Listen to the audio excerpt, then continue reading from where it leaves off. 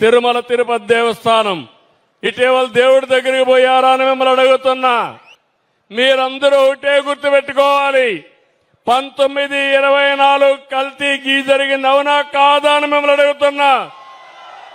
నాసి రకం ప్రసాదం తయారైందా లేదని అడుగుతున్నా. రిపోర్ట్లు వచ్చాయి, కడాన దేవునికి ఇచ్చే గీలో కూడా అనిమల్ ఫ్యాట్ ఉందని, లేకుంటే ఇలాంటివన్నీ పెట్టి కెమికల్స్ అన్ని మిక్స్ చేశారని. మనల్ని కాపాడాడంటే ఆ వెంకటేశ్వర స్వామి మనల్ని కాపాడాడు తప్ప ఇంకోటి కాదు. అలాంటి పరిపాలన జరిగింది. నన్ను కూడా కాపాడింది సాక్షాత్తు వెంకటేశ్వర స్వామి. ఆ రోజు నా మీద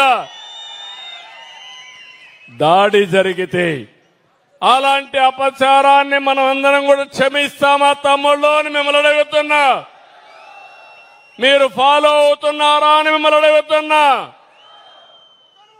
అలాంటి దేవుడు మన రాష్ట్రంలో ఉండడం, కలియుగ దేవుడు వెంకటేశ్వర స్వామి, ఆ వెంకటేశ్వర స్వామి మన రాష్ట్రంలో ఉండడం మనందరి అదృష్టం.